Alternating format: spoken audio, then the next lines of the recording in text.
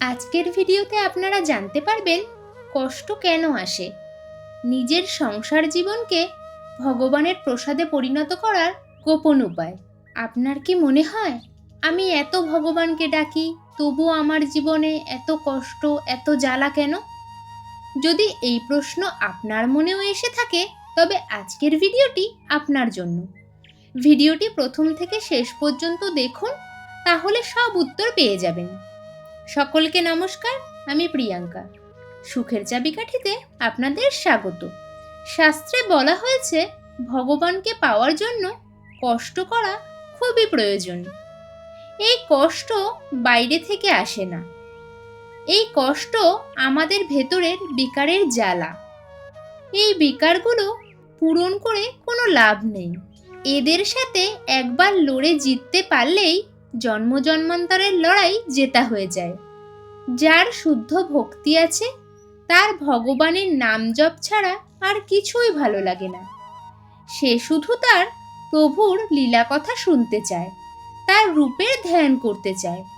কিন্তু আমাদের ভক্তি পবিত্র হয় কখন? যখন আমাদের মন থেকে তিনটি জিনিসের আসক্তি চলে যায়: স্বজন, পরিবার, পরিজনের প্রতি মোহ, টাকা পয়সা এবং তা থেকে পাওয়া ভোগবিলাসের প্রতি টান, নিজের ইষ্টদেব ছাড়া অন্য কোনো সাধনার প্রতি আকর্ষণ।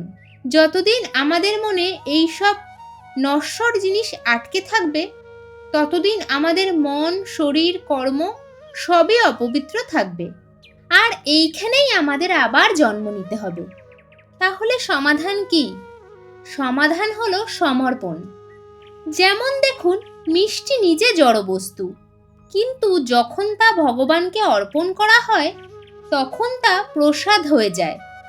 ঠিক তেমনি আপনার এই মন, বুদ্ধি, ক্ষমতা, টাকা পয়সা সবকিছু যদি আপনি ভগবানের চরণে অর্পণ করে দেন এবং নিজের কর্তব্য কর্ম করতে করতে নাম জপ করেন, তবে আপনার সব কিছু পবিত্র হয়ে যাবে।